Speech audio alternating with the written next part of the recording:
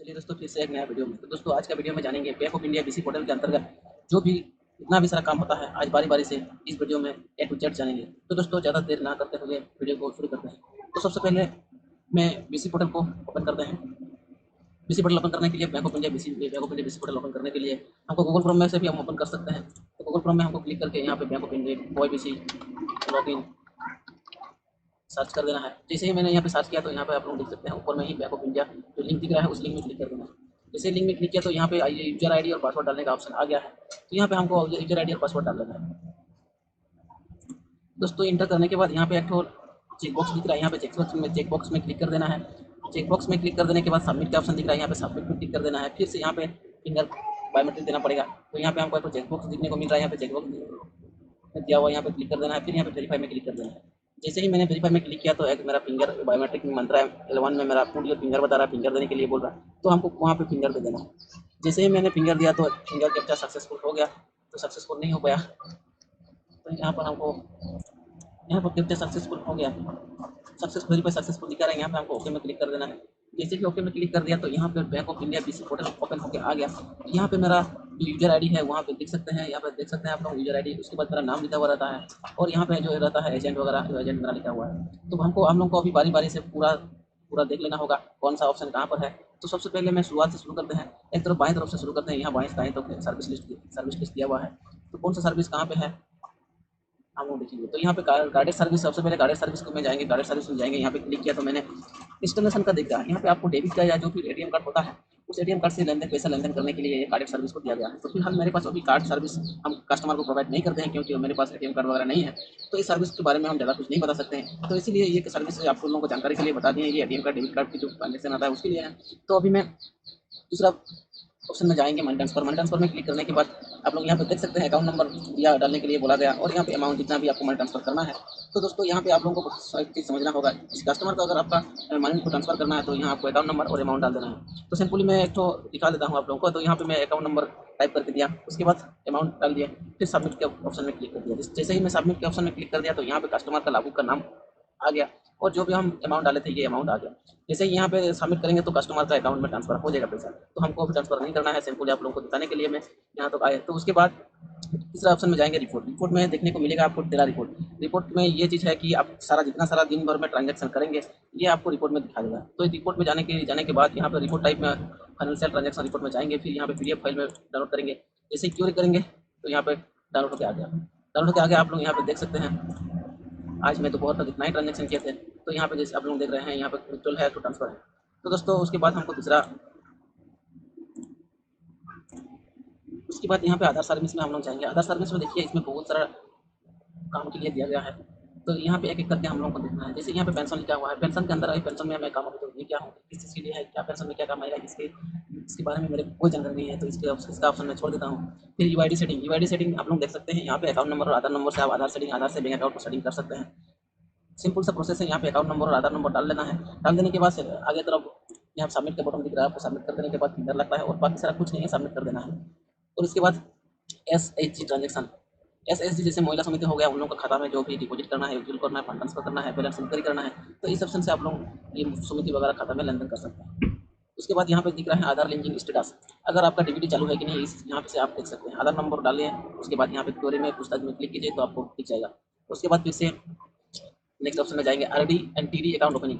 यहाँ पे आरडी और टीडी अकाउंट ओपनिंग के लिए आप लोगों को अलग से मैं वीडियो बनाकर दे दूंगा। तो अभी फिलहाल यहाँ पे ऑप्शन दिया हुआ है, मतलब आप लोगों को समझना होगा कि आरडी और टीडी अकाउंट ओपनिंग इसी पोर्टल से ओपन कर सकते हैं। तो दोस्तों, ज़्यादा जानकारी के लिए मैं इसके लिए अलग से वीडियो बना दूंगा, तो उसके लिए छोड़ दीजिए अभी के लिए। यहाँ पे दूसरा नेक्स्ट ऑप्शन में जाएंगे, ब्लॉक डेबिट कार्ड मान लीजिए दोस्तों कहीं भी आपका डेबिट कार्ड खो गया है तो आपको ब्लॉक करना अनिवार्य है, नहीं तो आपका वो एटीएम कार्ड डेबिट कार्ड से कोई छेड़खानी हो सकता है। तो इसके लिए आपको किसी पॉइंट में जाके ये आधार को ब्लॉक कर एटीएम कार्ड डेबिट कार्ड को आप ब्लॉक कर सकते हैं। यहाँ ज़्यादा से ज़्यादा आपको आधार नंबर डालना होगा, फिंगर देना होगा, ज़्यादा कुछ नहीं करना होगा। उसके बाद दोस्तों नेक्स्ट ऑप्शन में जाएंगे, एनपीए टैगिंग इसके लिए है दोस्तों, जो भी किसान ऋण वगैरह लिया है तो उनको आपका अगर बीसी पोर्टल में टैगिंग कर देता है तो वहाँ पे बीसी लोगों के लिए कुछ परसेंट होता है, उन लोगों को परसेंटेज वगैरह मिलता है। तो दोस्तों, इसके बारे में ज़्यादा कुछ नहीं है। और यहाँ पे आप लोग देख सकते हैं नेक्स्ट ऑप्शन में एक्नॉलेजमेंट रिसिप्ट और PMJJBY और SBY। दोस्तों, अगर पहले से आपका जीवन ज्योति योजना और सुरक्षा बीमा किया हुआ है दोस्तों, यहाँ पे आप डाउनलोड यहाँ से भी कर सकते हैं। तो दोस्तों, देखते हैं यहाँ पे क्लिक करके क्या ऑप्शन निकल के आता है। तो यहाँ पे दो ऑप्शन निकल कर आ गया। आपके पास जीवन ज्योति और सुरक्षा बीमा अकाउंट अगर आप पहले से आप एनरोलमेंट कराए हैं तो आप यहाँ से डाउनलोड कर सकते हैं। यहाँ पे सिंपल सा यहाँ पे आपको अकाउंट नंबर डाल देना है, फिर सबमिट कर देने के बाद छोटा सा प्रोसेस है, उसको कर देने से आपका डाउनलोड हो जाएगा। तो दोस्तों यहाँ पे उसके बाद नेक्स्ट ऑप्शन में जाएंगे तो बीसी रजिस्ट्री डिटेल्स। यहाँ पे जो बीसी होता है उसका जो जानकारी होता है, mobile number, email ID, father's name, educational आपका क्वालिफिकेशन, उसके बाद हाईएस्ट आपका एजुकेशनल आपका पासिंग ईयर सब डेट सब लिखना पड़ता है। और जो भी आपको सर्टिफिकेट आईबीएफ वगैरह होता है, आईबीएफ बैंकिंग के लिए आईबीएफ मास्ट है वो लगेगा ही लगेगा, तो आपको आईबीएफ सर्टिफिकेट का नंबर यहाँ पे अटैच कर देना है। और यहाँ पे लास्ट में दिख रहा है कि पैन कार्ड नंबर, ये सब आपको अपडेट करके दे देना होता है। तो दोस्तों फिर नेक्स्ट ऑप्शन में जाएंगे IMPS service, IMPS NEFT service. यहाँ पे दोस्तों आप आईएमपीएस के थ्रू से भी, आधार के थ्रू से पैसा भेज सकते हैं किसी को, और उसके बाद एनईएफटी से भी पैसा भेज सकते हैं। ये मनी ट्रांसफर के लिए एक्चुअली काम में आता है।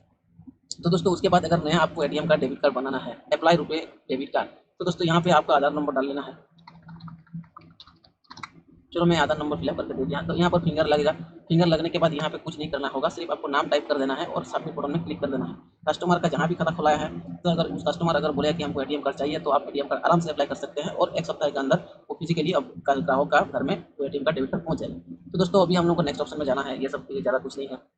पासबुक प्रिंटिंग, ये पासबुक प्रिंटिंग आप लोग जो दिख रहे हैं, अभी मेरे पास प्रिंटिंग मशीन नहीं है। प्रिंटिंग मशीन है भी तो मेरा फिनो पेमेंट बैंक का है, उसमें अभी काम नहीं कर रहा है, क्योंकि उसमें प्रिंटिंग के लिए क्यूआर कोड या बार कोड वाला आपको अकाउंट जो खाता होता है वो खाता चाहिए। तो यहाँ हमारा जो ब्रांच है, लिंक ब्रांच है, उस ब्रांच में अभी तो क्यूआर कोड का बार कोड वाला खाता नहीं देता है, इसीलिए ये काम तो हम नहीं कर पाते हैं। तो उसके बाद यहाँ पे ऑप्शन दिया हुआ है चेक कलेक्शन, अच्छा सॉरी, ये जीवन प्रमाण लाइफ सर्टिफिकेट। तो दोस्तों आप लोगों को मैं बता दूं, यहाँ पे जो दिख रहा है जीवन प्रमाण लाइफ सर्टिफिकेट, इस सर्टिफिकेट के अंदर आपको जो भी पेंशनर होता है, जो ईयरली एनुअली एक बार जीवन प्रमाण लाइफ सर्टिफिकेट मांगा जाता है सरकार की तरफ से, तो दोस्तों यहाँ पे सिर्फ उन्हीं लोगों का कर सकते हैं जो बैंक ऑफ इंडिया के खरीदारक है। जो दूसरा अकाउंट का खरीदारक है, जो दूसरा खाता का खरीदारक है, उसका इस पोर्टल से काम नहीं होगा। अगर आपको सिर्फ बैंक ऑफ इंडिया पेंशनर को जीवन प्रमाण लाइफ सर्टिफिकेट बनवाना है, तो इस पोर्टल से आप आराम से बना सकते हैं और काम भी देगा। तो दोस्तों यहाँ पर ज़्यादा कुछ नहीं है, फिर हम आधार सर्विस के नीचे की तरफ और बढ़ते हैं। यहाँ पे चेक कलेक्शन, चेक कलेक्शन के लिए हम दोस्तों एक बार भी काम नहीं किए हैं, तो इसके बारे में मेरा जानकारी नहीं है।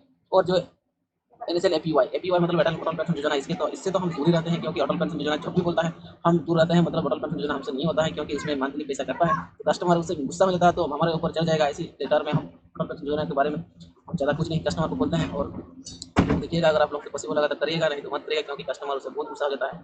तो दोस्तों वो बैंक वाला जब बोलता है तो कोई अगर इंटरेस्ट होता है तो करते हैं, नहीं तो हम ना बिना बोल के किसी कस्टमर का नहीं करते हैं। तो दोस्तों उसके बाद नेक्स्ट जो है अनेबल डिसेबल एपीएस सर्विस, यहाँ पे जैसे ही मैंने क्लिक किया, आधार नंबर डालने का ऑप्शन आ रहा है और फिर नीचे अनेबल डिसेबल। तो सरकार की तरफ से कुछ दिन पहले से ये ऑप्शन देखने को मिल रहा है, पहले ऐसा नहीं होता था, लेकिन अभी ऐसा कर दिया है कि सारा ब्रांच, सब ब्रांच, स्टेट बैंक वगैरह हो गया, आपका पंजाब वगैरह बोलिए, फिर बैंक ऑफ इंडिया बोलिए, ये डिसेबल करना, फिनो बोलिए, डिसेबल करना अभी शुरू कर दिया है।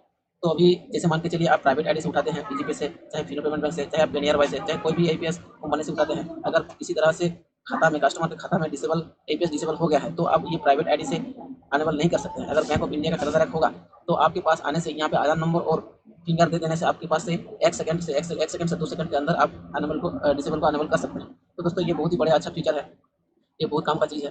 तो दोस्तों उसके बाद यहाँ पे इंश्योरेंस रजिस्ट्रेशन, जन सुरक्षा, दोस्तों यहाँ पे देख सकते हैं बहुत सारा कंपनी में, और कंपनी नहीं होने से भी जैसे नॉर्मली लोगों का होता है जीवन ज्योति और सुरक्षा बीमा योजना, ये बहुत ही अच्छा स्कीम है। जैसे यहाँ पे हम लोग आराम से जीवन ज्योति और सुरक्षा बीमा आराम से कर सकते हैं। यहाँ पे ज़्यादा कुछ नहीं मांगता है, फॉर्मेलिटी आधार नंबर डाल देना है। आधार नंबर डाल देने के बाद यहाँ पे दोस्तों सिंपल सा प्रोसेस है, नाम, एड्रेस वगैरह, मोबाइल नंबर, फैमिली नेम, ये सब डाल देना है और सबमिट कर देना है। बस उसी के साथ साथ आपको तुरंत सर्टिफिकेट डाउनलोड होकर मिल जाएगा। दोस्तों उसके बाद आगे बढ़ते हैं।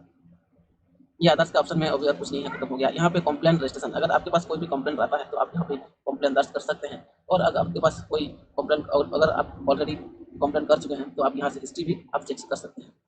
एक कंप्लेंट आईडी के थ्रू से आप हिस्ट्री चेक कर सकते हैं। तो दोस्तों उसके बाद से यहाँ पर देख सकते हैं कस्टमर लॉगिन। कस्टमर लॉगिन में जैसे ही क्लिक किया तो यहाँ पे हमको आधार नंबर डालने का ऑप्शन आ रहा है। यहाँ पे आधार नंबर डालने के लिए टाइप कर देना है आपको। तो हम चलिए दोस्तों, हम टाइप नहीं कर रहे अभी, तो अगर एक एक करके हम करेंगे तो वीडियो बहुत लंबा हो जाएगा। तो दोस्तों अभी यहाँ पे चेक कर लेना है कि कस्टमर लॉगिन में क्या क्या काम होता है। देखिए दोस्तों, बैंक ऑफ इंडिया चाहे दूसरा बैंक का क्यों ना हो, यहाँ पे से भी यहाँ से ही हम balance inquiry, deposit, withdrawal, fund transfer और मिनी स्टेटमेंट निकाल सकते हैं। तो दोस्तों यहाँ पे ज़्यादा कुछ नहीं करना है, बस यहाँ पे आधार नंबर डाल देना है। और जो भी हमको काम करना है, बैलेंस इंक्वायरी मतलब बैलेंस जानकारी के लिए होता है, ये डिपॉजिट आपको जमा करने के लिए होता है, ये विथड्रॉल आपको उठाने के लिए होता है, और फंड ट्रांसफर अगर करना है तो यहाँ से भी आप आधार के थ्रू से भी फंड ट्रांसफर, पैसे ट्रांसफर कर सकते हैं। फिर यहाँ पे मिनी स्टेटमेंट दिख रहा है, मिनी स्टेटमेंट 3-4 को आपको स्टेटमेंट दिखने को मिल जाता है। अगर किसी कस्टमर को स्टेटमेंट निकालना है तो आराम से आप यहाँ से निकाल सकते हैं। तो जो भी आपको यहाँ से काम करना होगा तो उसके लिए आपको फिंगर लगाना अनिवार्य है। तो दोस्तों इसका सर्विस देख लिया। फिर नेक्स्ट में तो यहाँ पे पासबुक इशू, अगर दोस्तों ये थोड़ा बाद में समझाता हूँ क्योंकि ये आपकी समझ में नहीं आएगा। फिर यहाँ पे बॉय आधार सर्विस, आधार सर्विस जाने के बाद चलिए ये छोड़ देते हैं, ये हमको उसके बाद कस्टमर लॉगिन के बाद यहाँ पासबुक इशू में एक करके जाना बेहतर है। तो पासबुक इशू में जाके कस्टमर की ओर पे जो दिख रहा है यहाँ पे रेफरेंस नंबर मांगा जा रहा है। अगर आपने खाता किसी का ओपन कर दिया, खाता ओपन करने के बाद उसके बाद क्या होता है, हम लोग को एक तो फिजिकली ब्रांच में अकाउंट जमा तो खाता ओपन करने के बाद हम लोग को क्या करना पड़ता है, फिजिकली एक फॉर्मेट में एक तो फॉर्म मिलता है, फॉर्म में सिग्नेचर और नाम ठिकाना एड्रेस जो भी फॉर्म में फिलअप करके कस्टमर का वो ब्रांच में हम लोग सबमिट करते हैं। फिर ब्रांच वाला वहाँ वो उसको लॉक से अनलॉक कर देता है, तो अकाउंट नंबर जनरेट हो जाता है। जब हम लोग अकाउंट खोलते हैं तो यहाँ पे एक रेफरेंस नंबर मिलता है, तो रेफरेंस नंबर से हम लोग पता कर सकते हैं कि ये बना है कि नहीं बना है। इसी रेफरेंस नंबर मैंने एक डाल दिया तो यहाँ पे निकल के आ गया, अकाउंट नंबर बन गया। तो उसके बाद दोस्तों यहाँ पे हम लोग पासबुक यूआईडी सेटिंग स्टेटस, हम लोग आधार सर्विस में देखिए, अगर यूआईडी सेटिंग स्टेटस यूआईडी आधार सेटिंग करने के लिए हम लोग डाले हैं तो कुछ डाले हैं, तो यहाँ पे अकाउंट नंबर से हम लोग उसको ट्रैक कर सकते हैं, हम लोग जानकारी ले सकते हैं कि वो हुआ है कि नहीं हुआ है।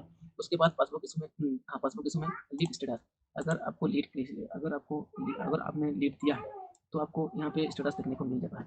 उसके बाद यहाँ एनपीएस स्टेटस, अगर एनपीएस भी आप करके रखे हैं किसी का तो यहाँ पे आपको एनपीएस स्टेटस देखने को मिल जाएगा। फिर उसके बाद यहाँ पे बॉय आधार सर्विस, बॉय आधार सर्विस में यहाँ पे साहब को बॉय आधार सर्विस में ये साहब को कॉन्फ़िगरेशन यहाँ पे आप लोग देख सकते हैं, खाता खोलने के लिए ऑप्शन दिया हुआ है, नहीं खाता खोलने के लिए।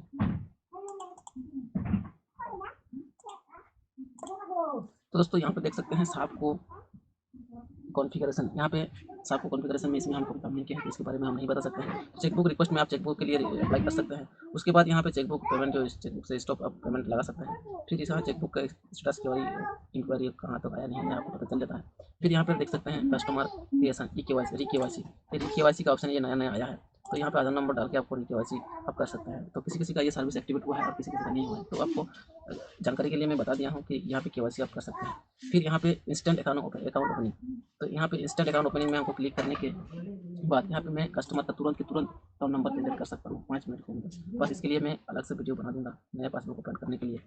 दोस्तों उसके बाद यहाँ पे कंटिन्यू कस्टमर क्रिएशन, अगर किसी कस्टमर का आप खाता खोल रहे हैं उसके बाद कुछ काम के लिए आप छोड़ दिए फिर कट गया तो फिर आपको दोबारा करने के लिए आप यहाँ कंटिन्यू कस्टमर क्रिएशन में जाके कर सकते हैं। फिर यहाँ पे आप लोग नेक्स्ट ऑप्शन में देख सकते हैं लीड सोर्स टाइप, यहाँ पे लोन, करंट अकाउंट ओपनिंग और गवर्नमेंट बिजनेस स्कीम, यहाँ पे जो भी स्कीम है इस स्कीम के बारे में आपको पता देख सकते हैं। यहाँ पे स्कीम के बारे में एनपीएस वगैरह हो गया, पीपीएफ वगैरह हो गया, ये सब में काम कर सकते हैं। और यहाँ पे करंट अकाउंट ओपनिंग जो दिख रहा है, यहाँ आपको अकाउंट आप नहीं खोल सकते हैं करंट अकाउंट, तो उसके लिए आप लीड दे सकते हैं, जो भी आपका लिंक ब्रांच है उसमें जाकर आप लीड दे सकते हैं। अगर आप लीड दीजिएगा तो उसमें आपका कुछ परसेंट कमीशन भी बनता है। तो दोस्तों आप लोग अभी देख सकते हैं सारा का सारा ऑप्शन मैं आप लोगों को बता दिया।